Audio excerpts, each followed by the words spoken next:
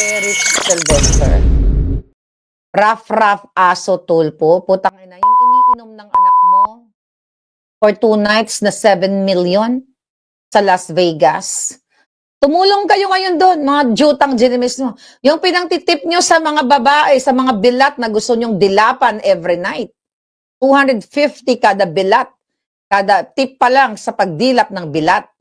Ibigay nyo sa ating mga kababayan. Tignan natin, mga kababayan, kung anong gagawin ng mga ulaga na to. Magbibigay lang naman yan, 2 latang sardinas, magpa-picture-picture. We all know that. Tayo dahil katatapos lang ng Colorum hearing at walang naganap na kwelyuhan, walang naganap na kaladkaran, kundi ang naganap lamang ay mga kasinungalingan. Okay? Sa mga hindi nakanood, doon sa Colorum hearing, na tinawag na nilang hindi na hearing, ito ay consultative meeting or organizational meeting na yung tawag nila.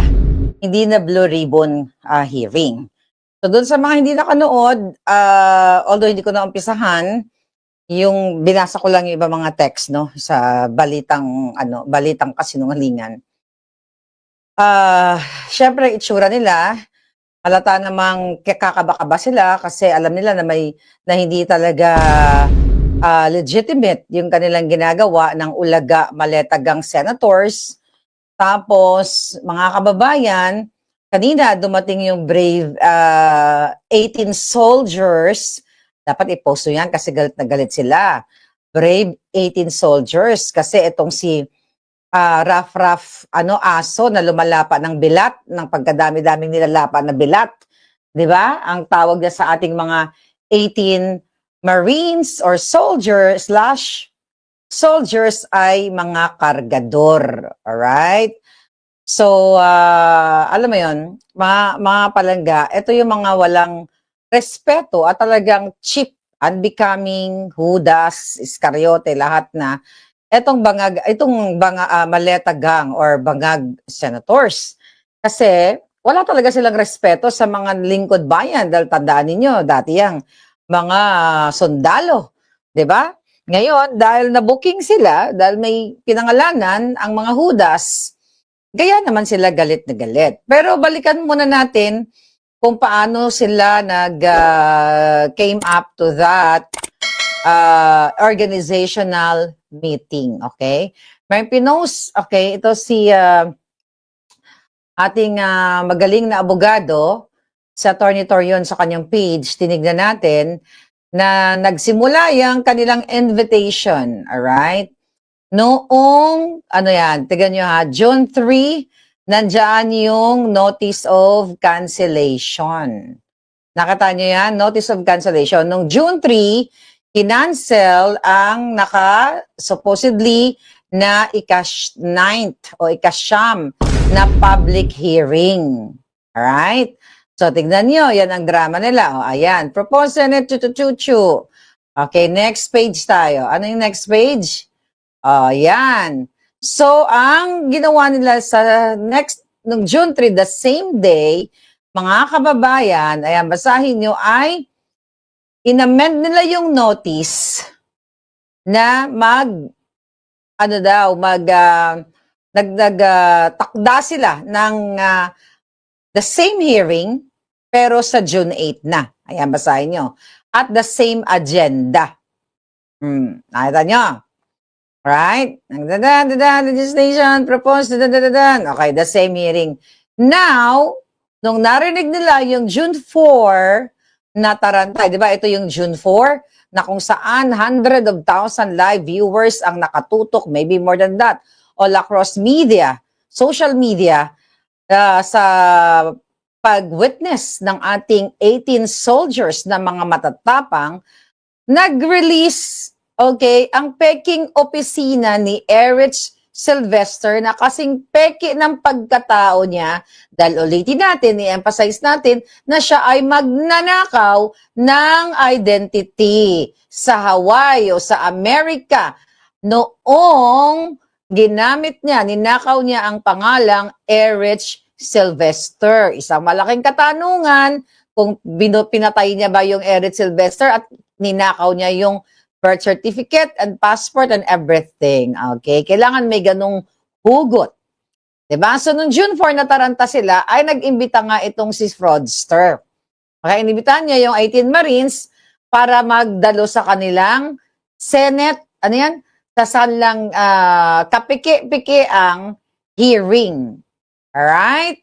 At mag-ano daw, ang sabi niya, at maaari daw mag-submit ng mga sinumpaang salaysay. Chucho, ayan, sabi niya, Dear Attorney Baligo, we invite enlisted personnel military who have presented to have personal knowledge of the above captioned matters. Chucho. So ito yung 18 Brave Marines, in-address niya na enlisted personnel, military personnel, pero yung hudas ng kapatid, sila yung mga hayop na yon, mga kababayan, ay tinawag niyang what? Tinawag niyang mga kargador, di ba? So ganon, masyadong ad hominem or cheap talaga itong gobyerno ni Bangag. Hello, Beethoven Crasco. May darating tayong bisita sa Vancouver. Please connect naman dyan. Okay? Ngayon, mga kababayan, so ano yung naganap? Ano yung naganap kanina? Ulitin ko, hindi ko tinapos yung kanilang mga kadyotahan kasi nga alam natin kadyotahan. Right? So nakita niyo yung documents. Diba? Nag-invite, inamend, nagbago. So, ang eksena, ngayon, ang ginawa nila ay, ano na, okay? Hindi na daw yun, blue ribbon, consultative meeting or organizational. Nag-consult lang sila. So, ibig sabihin, natatakot din sila, mga kababayan, na sabihin na yun ay blue ribbon kasi alam nila illegitimate sila or hindi sila talaga legal. Dahil wala silang 13. Right? Kaya nga sabi ko sa inyo, kung meron, sabi ni Senator Adan Cayetano, kung may 13 kayo, edi sige, di ba? Pero ang ginagawa nila, puro ad hominem, deflection, ayan, favorite ni Reyna, yung ganyang mga atapikan, no? Yung psych. Nagde-deflect sila, alam mo kung bakit? Imbis na pag-usapan nila, in the first place, bogus sila. Okay? Yun lang yun. In the first place, sila ay kolorum. Now, the question is, let's say, assume lang natin, hypothetically, sila ay legitimate body. Hindi dapat ganon. Yung kanilang hearing, ang ginawa ng mga putang ina, sinira itong 18 soldiers. Sinira yung credibility na ganito, na ganyan, na hindi daw nagsasabi ng totoo, chucho, hindi na natin discuss. Kasi kailangan makuha yung juice. Okay? Yung konteksto kung ano ba talaga. Sinira nila, imbes siyempre sila naglolokohan doon. Dapat nga, nabasa ko kay Attorney Baligo, dapat mag-inhibit si Eric Sylvester, yung mga, not only him, kundi yung mga nasangkot, even si Tuta Soto, dyan sa investigation na yan, kasi conflict of interest yan.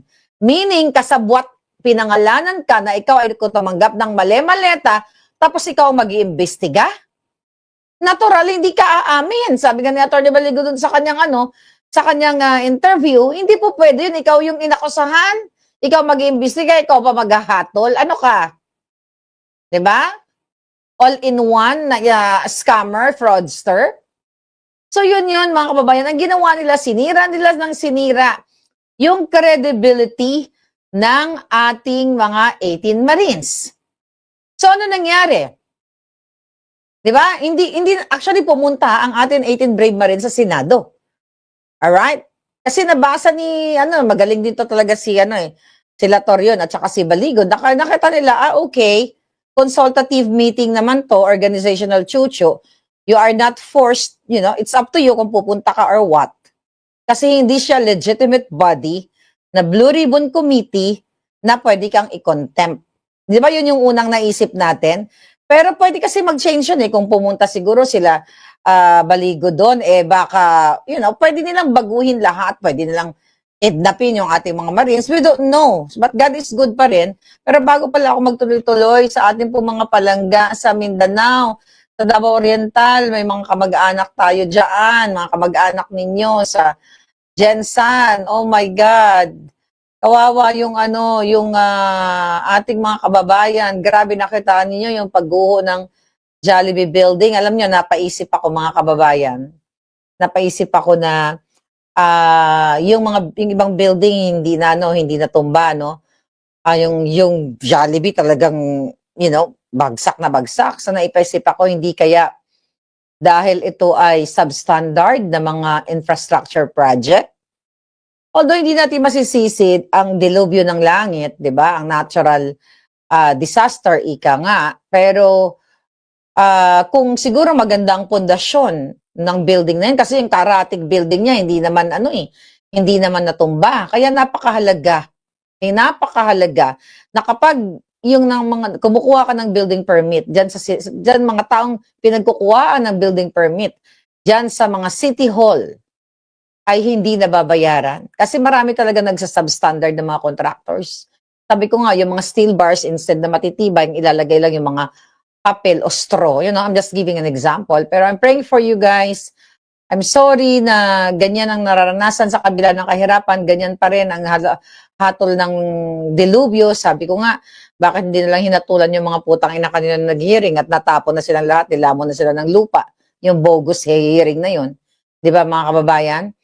So, so far nakikita ko, I'm glad hindi ganun karami yung casualties.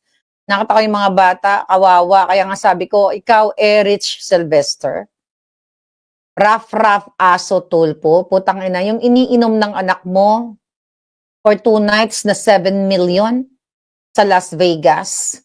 Tumulong kayo ngayon doon, mga jutang genimis mo.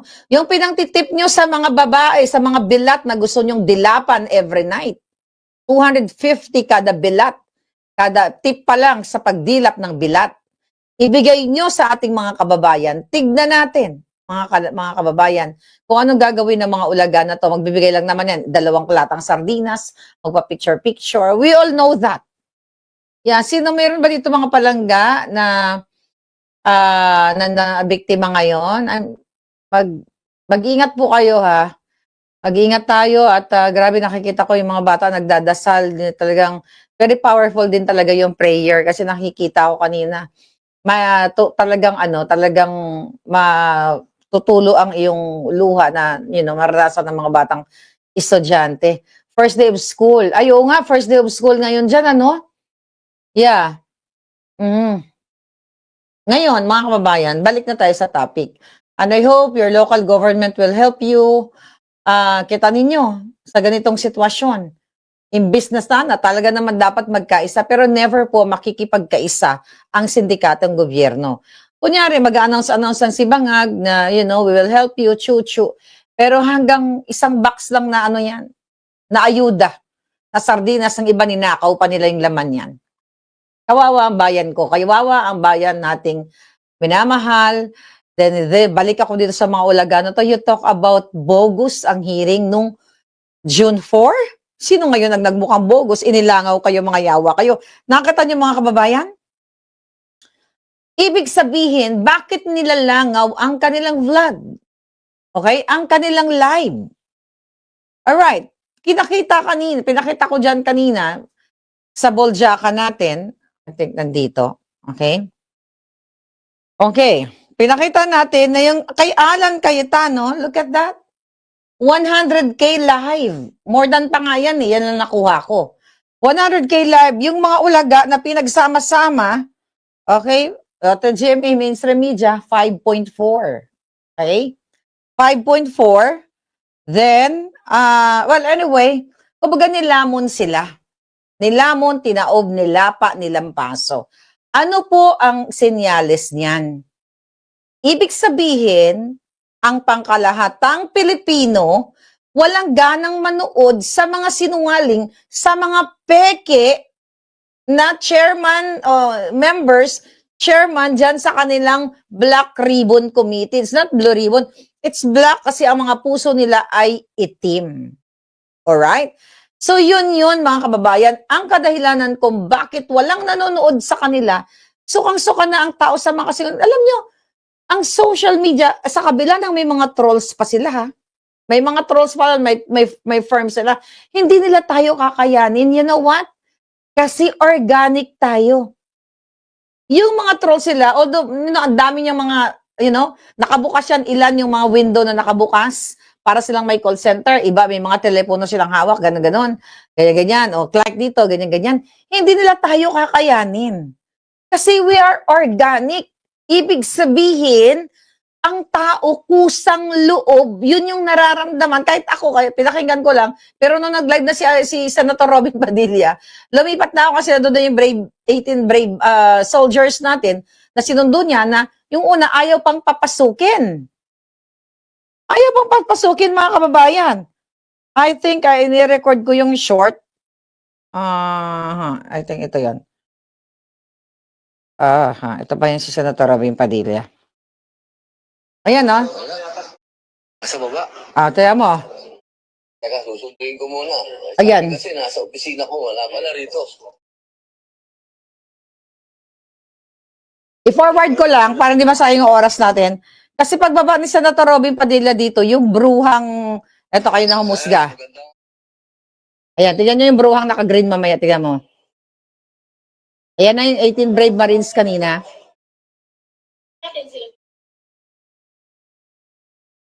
Pati sila.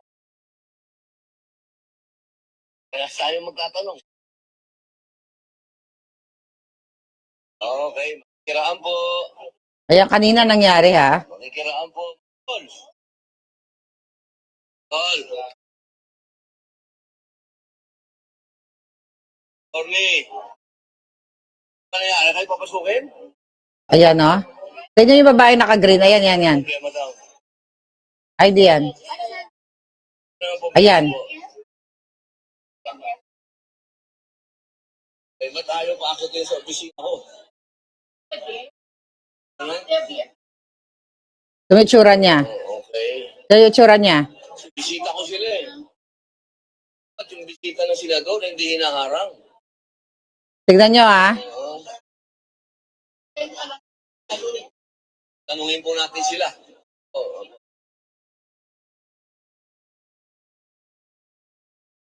Ha? Saan? Kahiring nila? Okay. So anyway, Tanungin ko na lang sila kung ano. okay. So nakapasok yan pero sa office si Senator Robin. Ang punto lang natin, tignan ninyo. Ang daming mga kaputahan, ayaw sila papasukin. Yung naka-green pangit, sabi nila. Oh, well, you know what? Pinipigil ko yung bibig ko, pero mukhang impacta nga siya. Kaya lang, mukhang alam na kakampi ng mga ulaga, right? Okay? So, ang punto de vista natin dito, mga kababayan, kaya sabi ko nga, kaya galit na galit. Itong bangag, itong maletagang na ito, dito sa, sa ating mga legitimate, okay, na senators and also sa ating mga 18 na soldiers, kasi kitang-kita nyo talaga na yun ang pinaniniwalaan ng taong bayan. Nilangaw nga sila eh. Dapat na mas marami silang marami silang followers. Ilang milyon yan, GMA, ABS, lahat sila, ang dami yan. 20, yung iba dyan, 15, ganyan.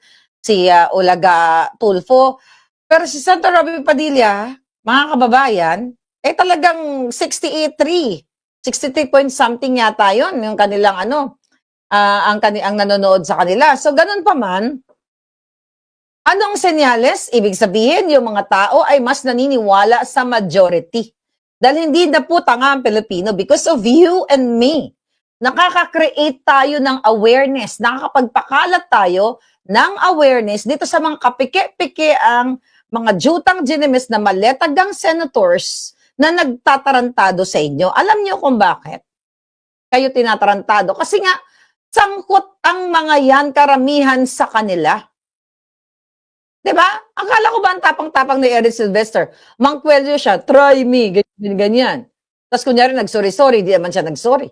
Tapos anong ginawa nila doon? Sa kanilang consultative meeting. Puro sirain ang 18 Marines. Imbis na hanapin nila ang tunay na katotohanan. O sige, 18 Marines, sige nga. Pero kasi nga hindi nila gagawin. O, andito na kayo. Andito naman yung mga affidavit ninyo. Sinabi nyo, yung address 33 Clemente ba yun? Yung natiran si Flavi. Sinabi nyo na si Eric Tulfo ay natiran nyo sa Green Hills, si Sandro Marcos, yung mag-asawang bangag sa Lawag, which is, talagang very compelling yung ipinakita doon na picture dahil nga ako mismo makapagpatotoo na talagang bahay ni Bangag yun dahil nakapunta ako doon with pictures and videos na pinakita ko sa inyo in the past. Pero ang ginawa nila mga kababayan, sinira credibility na hindi naman sila nagwagi. Dahil sa majority, sa mata ng maraming gising na Pilipino ay hindi nila nasira yung 18 Brave Marines. You know why? Kasi halata kung sino ang nagsisinungaling. Depensa sila ng depensa, hindi ganun ang pagkukonduct ng hearing. 'Di ba? Iko-cross-exam mo dapat pero wala silang mako-cross-exam. Kasi nga illegitimate o kolorum o bogus yung ginawa nila. Kaya nga they ended up, okay, tawagin na lang natin ng organizational, consultative, chuchu, kasi takot sila, mga kababayan, na baka meron silang malabag na rules o na batas sa kanilang kinondak na bogus hearing. Kaya ang ginawa nila, mga kababayan, ay manira na lang ng manira, mag-ad hominem, magsabi si Tulfo na live selling daw yung ginawa. 'Di ba? Talagang makita mo is deflection. Dahil pikon na sila nagba-viral. Pina-viral natin si Tulfo, katuwang kayo. Pina-viral na yung mga bilat na pinaiikutan siya. Pina-viral natin, ninyong lahat because of you guys, yung pagiging bobo ni Erich Sylvester. Naharap-harapan na sinasabi nila majority sila, pero sinasabi niya, hindi si Alan Cayetano pa rin ang Senate President kasi yun ang nakalagay sa Constitution. So anong tawag dyan? 'Di ba? Nagsasalungat. Yung pag bobo ka kasi, bobo ka talaga. Kasi once na matalino ka, alam mo yung batas, hindi naman kailangan matalino, medyo may alamin mo. Oo, matalino na rin kasi it takes brain cells to understand things, right?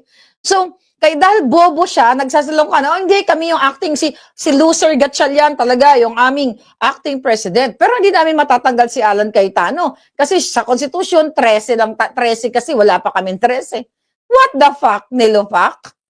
Diba? So yun ngayon, kaya sabi ko, tinawag nilang nila, sabihin natin, ano na lang tayo, consultative chuchu ha? Tayo, organizational chuchu meeting. Sila yung walang kredibilidad. Napakita natin ngayong araw na to, kung matapang sila, baka tinawag nilang consultative meeting? Kung sa tingin nila, sa batas, sa konstitusyon, sa Senate rules, sila ang tama, maninindigan sila. So walang kredibilidad to mga ito. Wala silang power dapat. Walang power, walang kredibilidad, walang bilang na magpatawag nitong subpoena. Okay, sa mga tisdigo, ang mga nandoon, mga kapwa nila, mga kasabwat, yung mga katulad ni Director Matibag. O di ba, anong expect mo? Puro sila nandoon para sirain, pasinungalingan ang testimonya ng ating 18 soldiers. Hindi ganyan. Kahit sa barangay ka po, kahit pumunta ka kay barangay kapitan, kung matino si barangay kapitan, ano nangyari? Ito po kasi, chinokchak ako ni, yung kapitbahay ko, chinokchak ni Erich Sylvester, nilapa niya yung bilat, binigyan niya ng 250,000 pesos na galing sa Kaban ng Bayan. Tapos sasabihin naman ni kapitan, totoo ba yun? Totoo ba yun na nakita mo? Ganyan. Anong pangyayari? Tapos kunyari, andun si Erich, hindi kapitan, hindi yun. Tip ko lang yun. Mabait lang ako. Galing sa... anong sinabi? Sabi niya, paninirang puri. Hindi, nakita kita, di ba? Nakita pa nga, sumilip ako dun sa butas, yung bilat ng puta, dinilapan mo. Yung mga ganon ba? Ganon dapat ang... sige, paano mo nasabi? Chismosa number 1. Ito nga, ito nga, kapitan, naramdaman ko na nagkaluskos-kaluskos doon sa dingding, kaya lumabas yung pagkachismosa ko, nagsilip-silip ako doon ba? Paano mo naman, anong oras mo sinilip? Na si Erich Sylvester at saka si Rap ay kinakalantari ang isang babaeng biktima, chuchu-chuchu. Ganon hindi, sisirain kaagad nila. Hi, Joe, you're there. Isirain kaagad nila yung 18 Marines na eto, walang kredibilidad. Kasi ganyan, kasi ganun. Di ba? Sabi ng Integrated Bar of the Philippines, sabi ng Civil Service Commission, chuchu. Magkakasabwat sila. Sinong paniwalaan natin, mga palagingging? 'Di ba? So dito, sa social media, napatunayan natin na walang interes ang taong bayan sa kasinungalingan nila, sa kolorum, sa bogus nilang hearing kanina, na wala silang ginawa kundi sirain ang kredibilidad ng 18 Marines. Hindi nila kayang sirain kasi yung mga noon, yung testimonial nila, na witness nila, personal nilang nakita.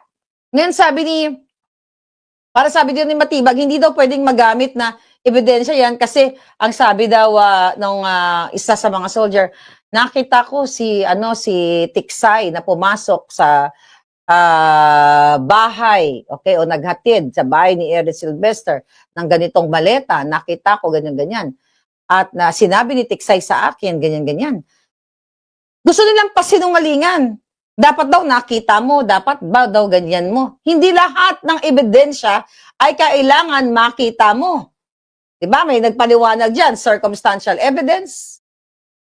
Ano ang personal knowledge mo ng mga pangyayaring yun? Kahit wala ka dun sa pinangyarihan, dun mismo sa actual na pag-abutan, pero naging kasangkapan ka, ikaw ang umabot, ikaw ang nagbuhat ng maleta, 'di ba? From the car, binigay mo kay Tiksay, din Tiksay binigay kay Rapi Tulfo o kay Eric Sylvester. 'Di ba? So ngayon, gusto nilang pagsinungalingan 'yan. 'Di ba? Gusto nilang pagsinungalingan. Sabi ni Begawarp, Madam, kapag consultative meeting kasi accessorial or supplemental to aid information gathering for formal hearing and consultative meeting are free in terms of numbers. Thank you for that, Palangga. So ngayon, yes, Arlene Yabs, you're there. You have an event, ha?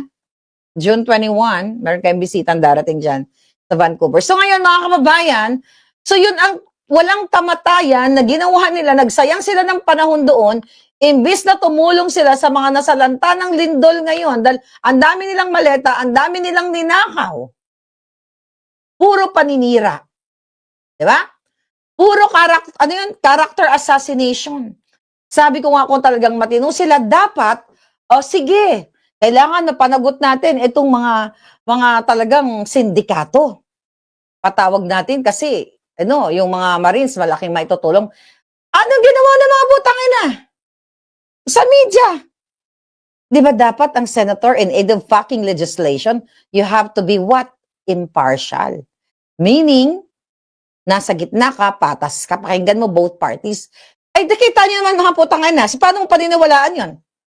Sige, pag tinuloy mo yan, pumunta ka dito, kakwelyahan kita, mga sinungaling yan. Yung 18 Marines, try me, yung mga ganyan-ganyan. Paano mo paniniwalaan yan? Paano pa maging impartial yan, mga kababayan? Tinakot mo na yung testigo eh.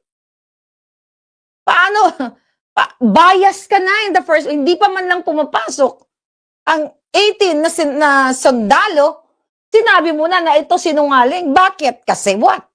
Dahil ang pinapangalanan niya ay ang master ninyo, na si Lisa Tanas, si Bangag, si Sandro Marcos, may kalalagyan din kayong lahat. Hindi yan forever, Eric Sylvester. Ikaw yung putang ina mo, kayong bunganga mo. Okay? Naninakaw mo, yung slang mo, na hindi naman akma, na trying hard, dahil ikaw ay peke. Peke na yung slang mo, peke pa yung pagkatao mo kasi fraudster kang yawa ka. Galit na galit kayo ngayon. No? Buksan nyo yung comment section nyo para maramdaman nyo yung mura ng taong bayan. Ako, bukas ang comment section ko. Kasi anong ibig sabihin? Masakit ang katotohanan. It's like what? Hinaharangan nyo, kinokartel nyo, kinokartel nyo ang boses ng taong bayan. Takot kayo mamura sa media. Social media. Yun, mga kababayan. Kaya itong mga bogus na ito, i-unfollow nyo na. Okay, unfollow nyo na yung mga putang ina yan. Wag na kayo magsumbong-sumbong dyan sa isumbong mo kay Tulfo. Putang ina, magsusumbong ka sa mga yan? Nagbabayad ng tip pa lang para dumila ng bilat? What the fuck? Galing sa maleta? Unfollow. At wag na kayo magsumbong-sumbong. Yung mga problema nyo sa buhay ninyo, solvin nyo. Hindi yung i-expose nyo. I-expose nyo dyan, tapos magkakitaan kayo. Ako gusto kong magpasalamat kay ito, meron tayo ipapakita. Tuwang-tuwa ako dito kay teka, wait. Ito, bongga, tignan natin to. Yung ating kababayan, kayo ng balatang umusga. Ha? Ito. Kaya mo kanina, mga kababayan, nakakatuwa ako dito kay Sir. Alright. I think ito siya. Oh, ito. Okay, ayan. Natutuwa ako dito kanina. Oh, yan. Ito ay binigay Yung sa kay akin ni Tulfo. Senator Rapi Tulfo Oh, ng Gawad Katapatan ng kanyang programang 92.3 Wanted sa radyo. Plus ito, bilang patunay sa inyo, baka sabihin naman ng mga baser dyan, gawa-gawa ko lang ito, no? Ito, picture namin. Ayan na. At pirma. Ito kami, mga bats. At may pirma pa ni Tulfo yan, ni Ninya Kaduran. At nabigyan pa ako ng award ng mayor ng Magalang, Pampanga. Yan, appreciate. Dahil sa kawalang hiyaan mo, Rapi Tulfo, no? At ikaw ay naging inutil sa Senado, sinira mong tiwala ko sa iyo at tiwala ng maraming tao na mamaya na bumoto sa iyo. Wala kang bayag na paglaban ang karapatan ng mamamayan. Ito, bilang patunay. Ayan, bilang patunay. Pupunitin ko. Nakakahiya ka. Nakakahiya ka. Hindi ka dapat naglilingkod dahil nung una pa sinabi mo, magunaw man ang mundo. Magunaw man ang mundo. Ay, very hindi ka good. papasok sa politika. So, yan. Very good. Very good. Ano mo, oh. Itatapon ko, susunugin ko. Wala kang kwentang tao. Very good po. Sayang, lahing hapon ka pa naman. Sinasabi mo. The Shiba. Ayun. Takot Ayan. ka ba? Oh, yan. Wala ka ng bayad. Yung bayad mo napunta na sa mukha mo. Very good. So yan mga kababayan, ito pa ha. Okay, good. At least nagising ang ating kababayan, wala siyang pakialam dahil sa binigay sa kanya. Ibig sabihin may panindigan siya, hindi niya pinanghihinayangan ang bigay-bigay sa kanyang mga leching, award na yan. Sunugin niyo na lahat ang binigay sa inyong award ni ni Rap Tulfo. Alam niyo kasi wala naman talagang kwenta yan. Mga kababayan, walang kakwenta-kwenta yan. So ngayon, mga palangga, ito ha, ang ginawa ng mga walang hiya. Ayan, no? Latest. Okay? Ayan. Latest yan. Nakita nyo? Pinalitan na nila. Mga kababayan, pinalitan na nila ang what? Okay, yung website. Okay? Yung website, pinalitan na nila, nakalista na sa kanilang website na pro tempore si Loser Gatchalian. Okay? Tapos nawala na raw yung designation ni Senator Alan Cayetano. Nakita ninyo? Kasabwat nila yung may hawak dyan ng what? May hawak nitong ano na to? Ano na yan? Dali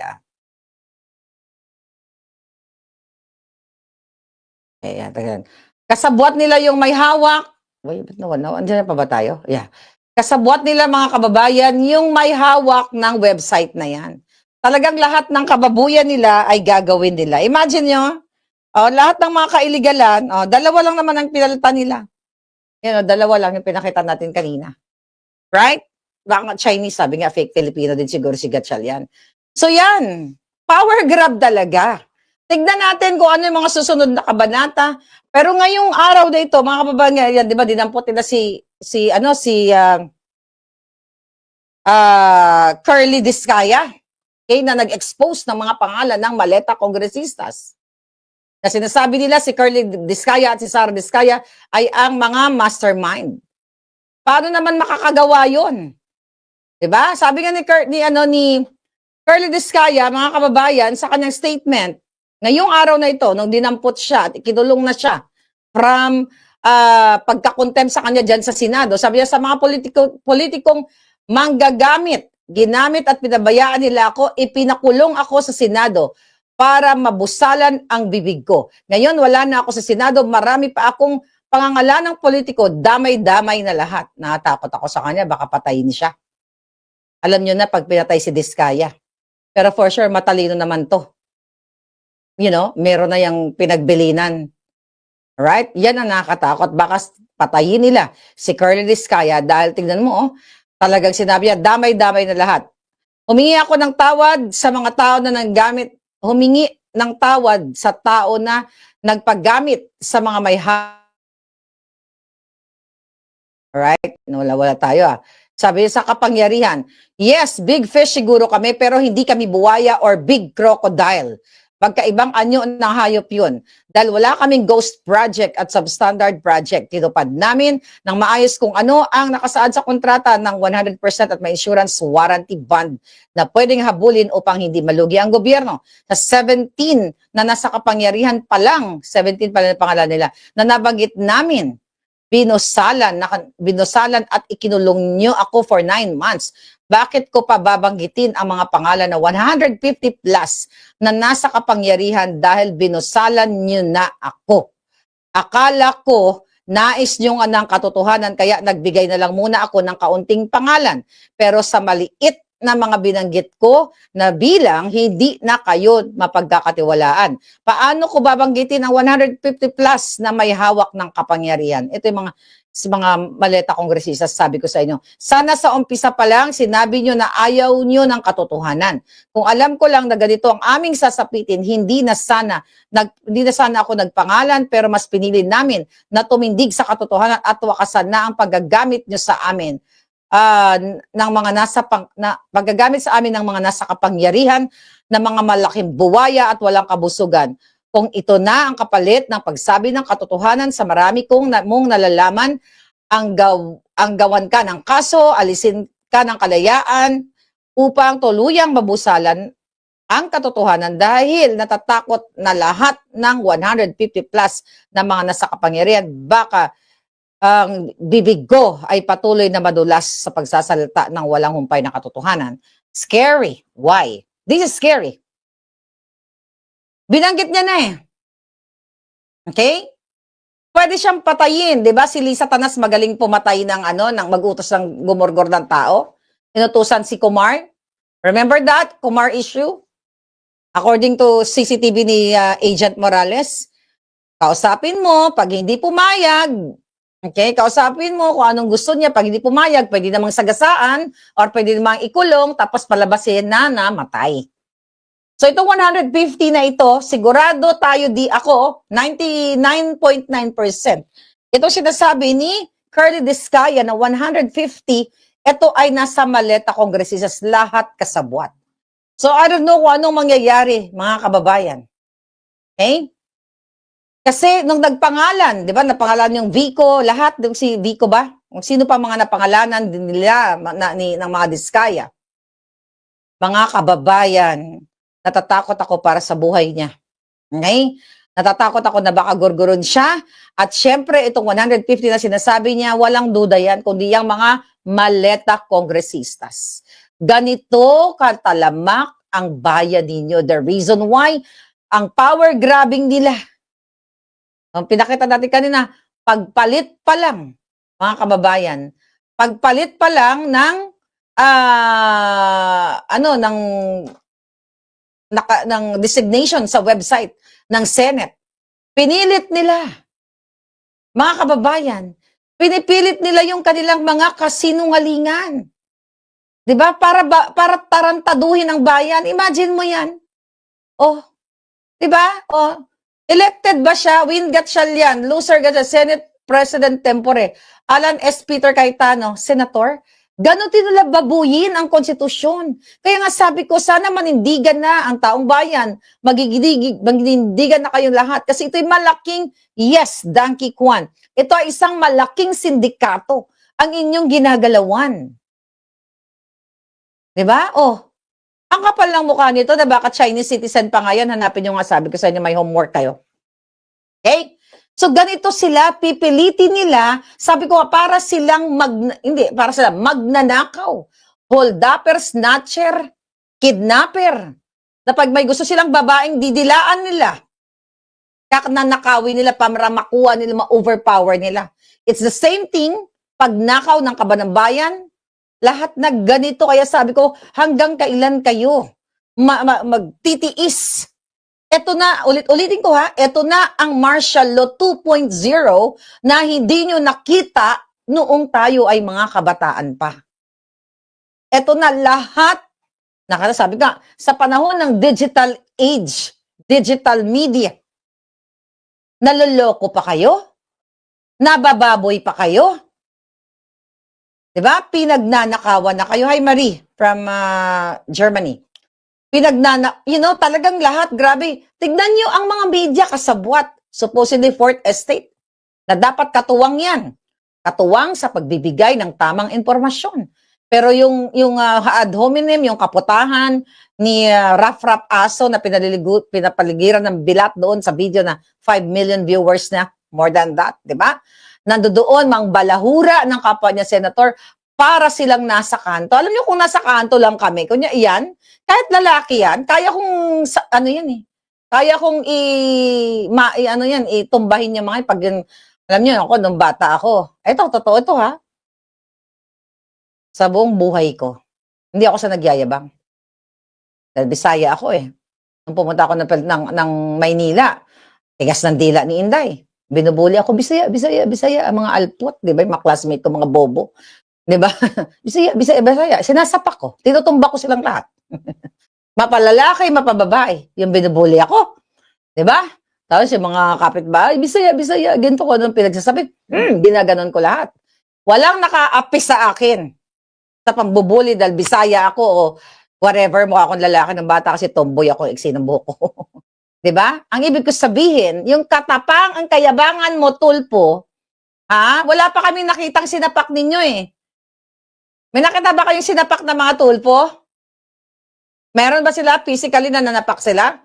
Ang na-witness namin yung nilampaso ni Raymart at ni Claudine Barreto si Ramon Tulfo sa airport. Na talagang puro black eye, di ba? Ayun ang nakita namin. Asan ang tapang niya? Putang ina ninyo. Hindi nyo nga nalatayan si Raymart eh. Hindi nyo rin nalatayan si Claudine. Isang Ilongga lang pala makakapagbagsak sa inyo. Another Ilongga here. And there's another Ilongga there. Si Bugris. Ay, Bugris. Ilongga lang pala makakatapat nyo. Mga putang ina ninyo. Di ba? You talk about what? Sabi ni Pamki, ako binubuli yun kasi accent ko Ilonggo nun. Ako din palangga. Kasi di ba tayo, ako din, pwede, pabili. Ganun kasi talaga yung accent namin eh. Pabili nga po. Ako kasi, dahil nga binubuli ako ng mga putang inang yan, basa ako ng comics. At saka mahilig ako magbasa, tapos manood ng mga drama-rama nung unang panahon. Tapos pinapractice ko, hinuhon ko yung skills ko sa pagtatagalog. Diba? Pero meron pa rin ngayon, Bisaya pa rin naman, hindi naman nawawala yun eh. Diba? Hindi naman tayo nagpapaka-airrich. Excuse me, Mr. Chair. I am a fraudster. Diba? May mga ganun putang ina. Fraudster, ang alput. Akala mo Amerikanong hilaw. Amerikanong ninakaw ang citizenship. Excuse me, Mr. Chair. Nag-janitor nga ako na ganito ulol. Diba? Alam mo naman, nag-TNT, chuchu. Ulol! Hindi ganun ang usapin ng drama mo, magnanakaw ka. Di ba, mga kababayan? Kaya itong mga tulpo na to, kung matapang kayo, pinipray ko na itumba kayo ng makatapat ninyo. Di ba? Darating din ang panahon ninyo, napakayabang, dahil may bodyguard kayo. Gusto nyo boxing? Tapang-tapang nyo. Baka pag wala ka ng bodyguard, bitinin ko yung buto nyong dalawa. Pensingin ko yan. At nang matumba kayong dalawa, yun ang gurang na kayo, mas bata ako sa inyo, kaya kitang flying kickin. Kaya kitang liabon. Ang bata ako, mga Ilonggo, daga pang liab ko nung bata ako. Alam yung liab? Hindi kwelyo eh. Ang kwelyo, di ba yung sabi niya, sa Ilonggo, liab, bagsak ka kagad. Bago mo pa mahawakan ng kwelyo, bagsak ka kagad. Ganon ang mga Ilonggong matatapang. Shout out mga Ilonggo dyan. Hindi kami magpapatalo sa inyo. Dahil kayo ay mga fraudster. Kami ay naninindigan sa tama, hindi sa kasinungalingan ng mga hayop kayo. Ngayon, mga kababayan, ayan na, nakita nyo na. Sabi ni Jojo, Raymart and Claudine should be in the Senate to protect 18 Marines. Oo nga. Shout out Inday Claudine, Palangga. Kailangan, bati ba sila ni Raymart? Di ba? Dapat nga, dapat nga doon ipagtanggol. Ipagtanggol, alright? Ano pa? Wala nang ginawa tong mga hayop na to. Kung hindi, oh my God. Okay, 20 minutes update daw, 15 daw yung namatay, 134 injured, 7 ang missing. Diyos ko po, kaluluoy naman yung ating mga ng ating palangga. Ay, naku, kawawa naman. Anong ginagawa ng mga bangag? Yeah, so 150 na mga maleta kongresistas for sure, ang maraming nakasali dyan. So, yun ang kaabang-abangan natin. Tapos ngayon, ang ginagawa ng bangag administration ngayon, mga kababayan, nililiis na naman nila yung issue.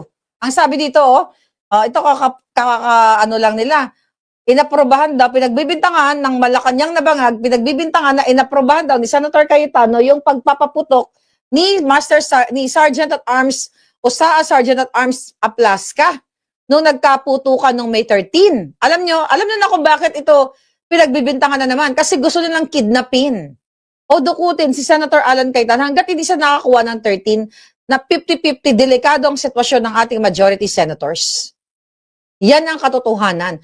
Hanggat walang nakukuha na isa pang recruit nila, mga kababayan, pwede nilang arestuhin si Senator Marcoleta o gurgurin si Robin Padilla. Diba? Actually, isa na lang ang kailangan nila o tutukan nila para bumaliktad. Right? So yan ngayon ang nangyayari, mga kababayan. Kaya sila puro paninira. Okay? Oh, by the way, meron tayo pakita. Ito nakakatawa to. Nakita na ba kayo ng ng hantavirus? Okay, hantavirus na mukhang kabaong. Okay, here we go. Itong hayop na to, sino ba nagtahi ng kabaong niya? Alright, sino ba nagtahi ng kabaong nitong gagang to? Ito, natawa lang ako dito. Alright. Okay, pakita ko lang sa inyo. Ayan, nakita yan. Nakita nyo yan? Ano ang sinasabi ng bruha na yan? Diba? Sabi ko dyan, parang nakakabaong ka na, ha? Na nakalabas ang ulo. Nakita mo, anong outfit yan? Ang may nagsabi, may nag-comment, parang semento. Diba? Sabi niya, ang oportunidad na sana ito para malaman kung ano ba talaga ang totoo. Diba? Na makapunta na sana yung mga 18 brave soldiers. Sabi niya, oportunidad na sana ito para malaman kung ano ba talaga yung totoo. Sa halip nag-Facebook Live ang mga ito. Ayan, sabi ni Hantavirus. Sabi ko nga dyan, Julul, alam na namin ang katotohanan. By the way, para ka ng kabaong, ano yan? Sino naman nagtahi ng semento mong outfit? Right? Ano sabi? Accountable Public Officers Investigation. Tama, hindi pa binago ng Accountability of Public Officers Investigation Blue Ribbon Chucho. Okay, ngayon, mga kababayan, ano ang comment nyo sa kanyang kabaong outfit? Diba? Lumalabas talaga yung kanyang mga kapangitan, ano? My God. Parang lapida, no? Ako yung unang tingin ko talaga, ano to? Parang nakalapida na siya. Ano yun? Premonition? Diba? Premonition, ba't ganyan yung tsura ng gagang yan? Anyway, so yun, ang ginawa nila, well, badoy naman talaga, donkey, you know? Ang ginawa nila, mga kababayan, ay wala silang tigil na panira sa atin, mga 18 Marines. Sabi ni Agnes, parang cardboard daw. Okay.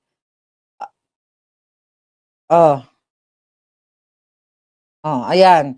So ngayon, itong malaking, temo, ang dami nilang tawag sa 18, sa 18 Marines, 18 soldier. Ang sabi na nga, sabi ni Tibag, ang tawag niya 18 bellboys. Okay? So, sabi ko nga, kayong mga sundalo, you're only good as your last. Ibig sabihin, kapag kayo ay nanindigan laban sa mga bangag, ganito din ang gagawin sa inyo.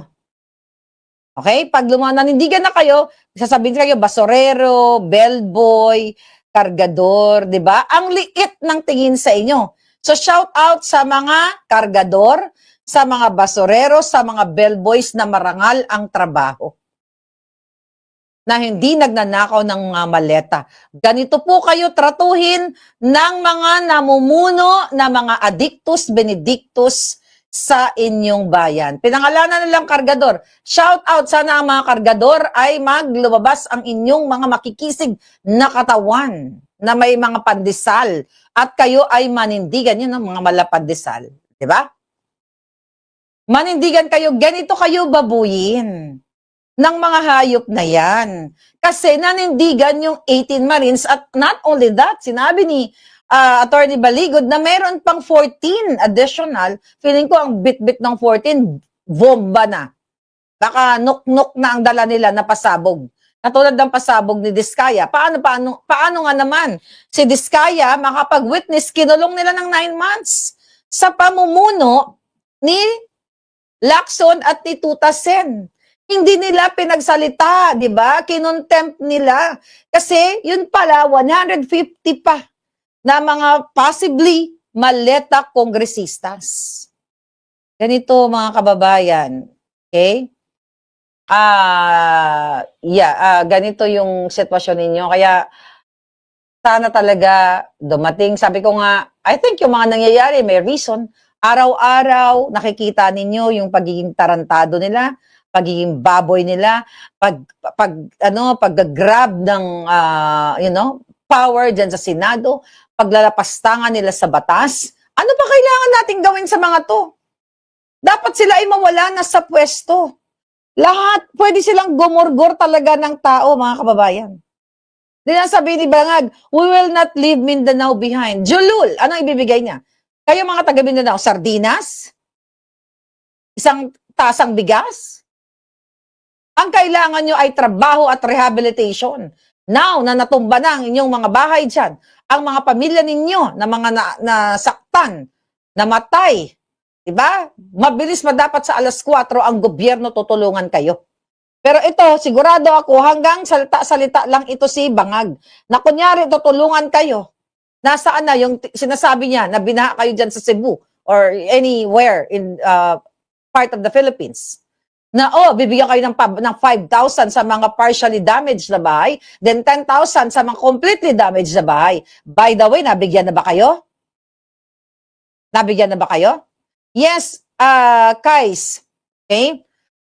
Tama yan. Itong gobyernong ito, peke sa kapike-pikean. Tignan mo, ina-acknowledge nila, ino-honor nila ang paggawa ng peking pera sa rekto na ginamit nilang mark money. Yung binigay nila sa mga nasunugan. Partly ng pera, fake money. Putang ina, double trouble. Double dead. Nasunugan ka na nga, binigyan ka ng ayuda, let's say 10,000, ang kalahati ng 10,000, paper money. Diba yung expose natin? Ganito na ba kayo? Pababayaan nyo na lang itong mga hayop na ito? Kailangan nilang managot, mga kababayan. Sobra na. Asa na emergency funds natin? Ano, nanakawin na naman ang mga hayop na to? Dami nilang tawag, 18 bodyguards. Hindi nyo maiaalis. Kaya sabi ko sa mga palangga na nanonood ngayon, lahat tayo mag-post tayo sa Facebook na suportahan natin ang ating mga 18 Brave Marines. Sabi ko, we stand with 18 Brave Marines. We love you. Lahat ng mga papuri. Tapos murahin nyo yung mga ulaga. So itong, sabi ni Roy, ang red ribbon dyan, Bendalo, ang tawag ko sa kanila black ribbon eh. 'Di ba? Kasi ang itim ay simbolo ng maitim na budhi. Yes. Lahat nila nakaw, PhilHealth, tasan na yung mga Harlika funds? Wala na. Nasabi makatulong daw sa ekonomiya. Ninakaw lang ng mga putang ina. Asan na yung gold natin? Binenta na. Nilustay na ang gold ng bayan. Wala pa rin kilos. Kaya lubog talaga ang Pilipinas kung hindi kayo, hindi kayo kikilos, apartalsikin itong mga addictos, benedictos na ito, mga kababayan. Kaya ngayon, sabi ko nga, itong nangyayari ngayon, pag-aresto kay Diskaya, alam niyo kung bakit siya inaresto? Gusto niyo sabihin ko sa inyo? Bakit?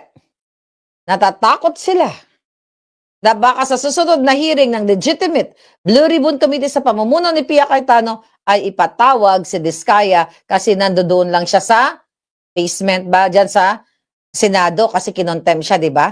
So strategy ito ng mga bangag. I don't know kung paano makukuha yan paano subpoena ng legitimate Blue Ribbon si Diskaya kasi nagsalta na siya na may 150 siyang pangangalanan eh. So paano kaya ito mapapapunta diyan masusubpina ng sa pamumuno ni Pia Cayetano katulad ng ginawa nila sa mga preso katulad ni Madriaga na nilagay nila sa Senado ay sa House of Representatives. So hindi ko alam kung anong strategy ng ating legitimate senators. Paano ba nila masusubpina si Diskaya dahil ngayon pinakulong na? Dahil maraming alam. 150 plus 17, total of 167. Doon sa previous din na pinangalanan nila na mga baleta kongresistas. Right? So yun mga kababayan. So yan ang natin, yan ang pakatandaan natin. Right? Mga kababayan, tuloy-tuloy lang natin, marami pa tayong sasabihin pero naka-live daw ngayon si Senator Alan Cayetano. So tignan natin, it's been an hour also, so babalik ako, tignan lang natin kung ano yung mga sasabihin niya, kung ano yung strategy niya, lumipat tayo doon. Patabuti natin ng 200,000 live viewers para isampal natin. Tapos ang gawin natin, ito may assignment kayo bago kayo malis. Puntahan nyo yung mga Facebook page ng mga ulaga, yung tulpo, yung mga kalaban natin senators, screenshot ninyo, post natin, i-compare natin, ha? Alright, I'll see you again later. Thank you.